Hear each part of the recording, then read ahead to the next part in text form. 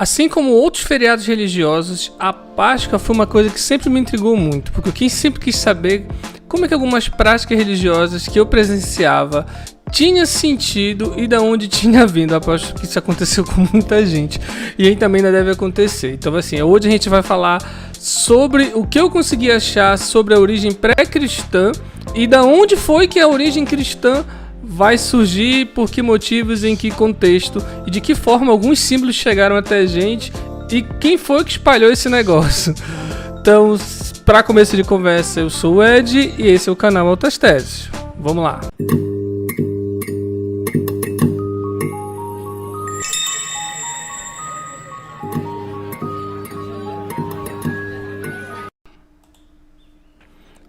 A Páscoa é uma das festas muito tradicional no calendário cristão e tem origem baseada tanto na tradição judaica como em elementos e concepções pré-cristãs europeias, como por exemplo os povos germânicos. Acho que a grande sacada para eu entender um pouco disso hoje foi entender isso. Povos como os bávaros, os francos, os frisos, os lombardos e os normandos contribuíram em muito para os símbolos que chegam até nós, que é utilizado, reinterpretado e ressignificado dentro da Páscoa cristã.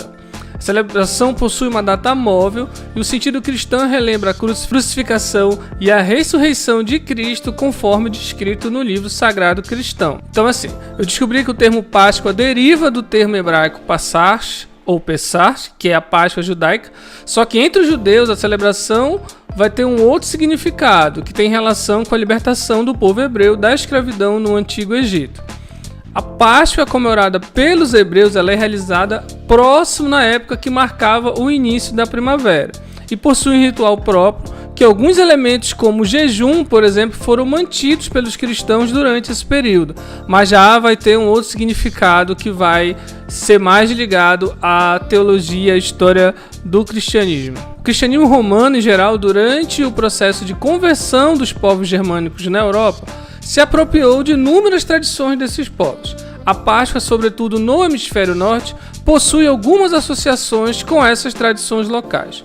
O culto à deusa germânica Oestern, Ostara ou Oester, você que escolhe, tem vários nomes para se referir a essa divindade, é o mais comum de encontrar nas diferentes fontes que falam sobre essa influência.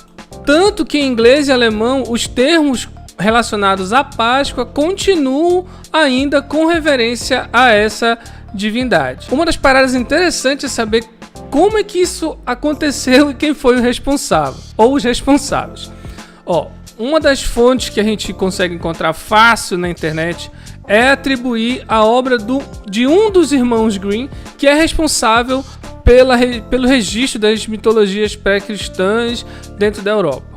O Jacob Grimm foi ele que apontou que o monge anglo-saxão Beda Venerabilis, ou São Beda, por relacionar a Páscoa com essa divindade germânica. E o Venerável foi um monge inglês no mosteiro de São Pedro e também companheiro do mosteiro de São Paulo no reino da Nortúmbria, em Anglos. Ele escreveu um livro De Temporum Ratione. Meu latim é mais travado que meu latido.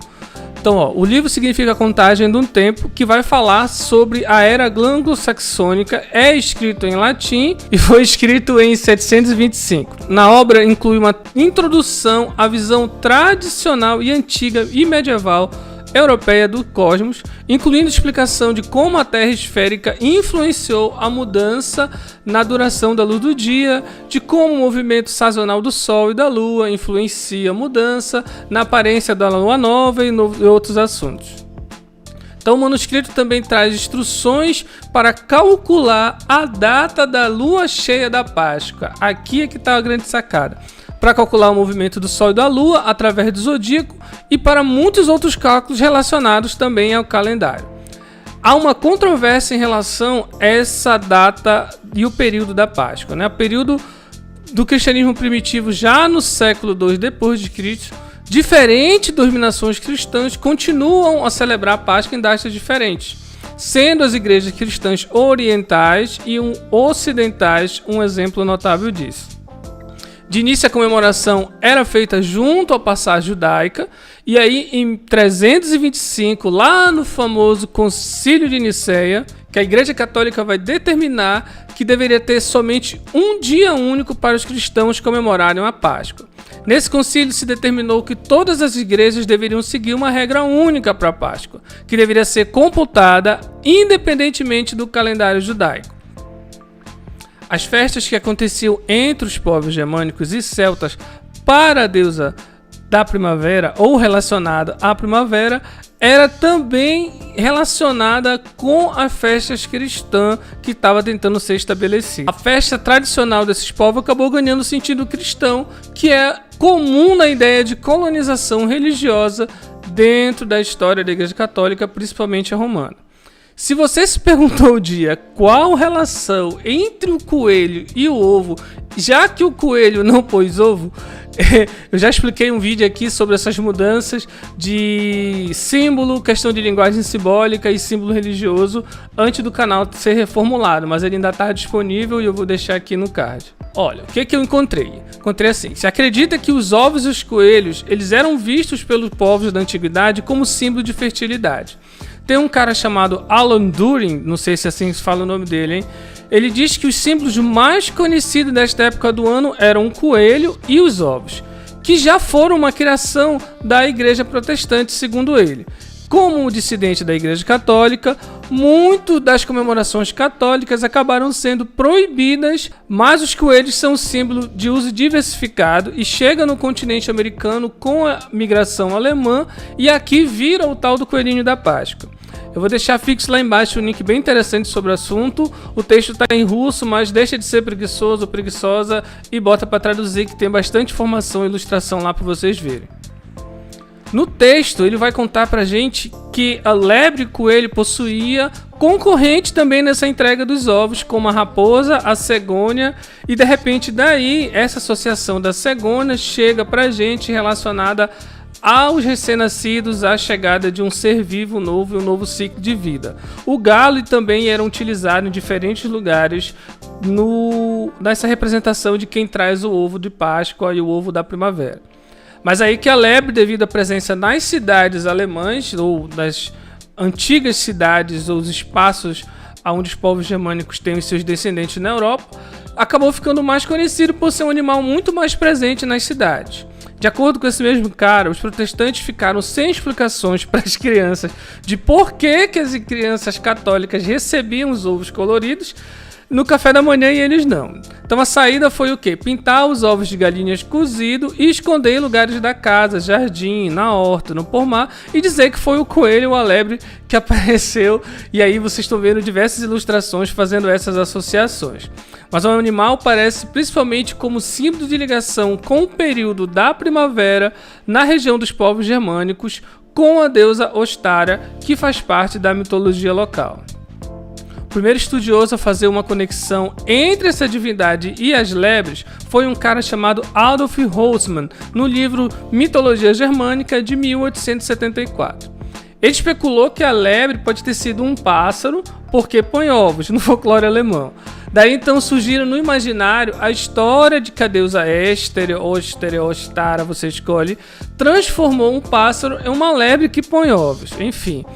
E em gratidão a Ostara, a lebre leva os ovos para a divindade em homenagem ao seu dia. Já o folclorista Stephen Winnick, não sei se é assim, hein? Tô nem aí.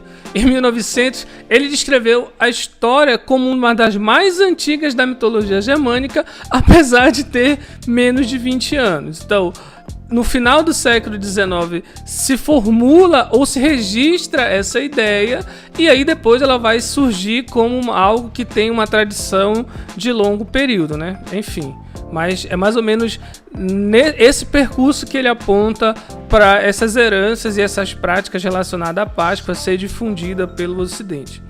A Páscoa é um dos feriados e celebrações que possui uma relação com mitos e rituais de mudança de ciclo natural, ou celebrações de ciclo, ou ainda algumas classificações que colocam como religiões de ciclo, que transposto para o hemisfério sul, através da colonização, lógico, fica somente uma referência religiosa católica e também mercadológica. perdendo um pouco esse sentido de passagem de ciclo, até porque a gente vai estar em estações diferentes, enquanto no norte se começa a primavera, no sul vai estar no outono pelo calendário. Bem, não mais é isso.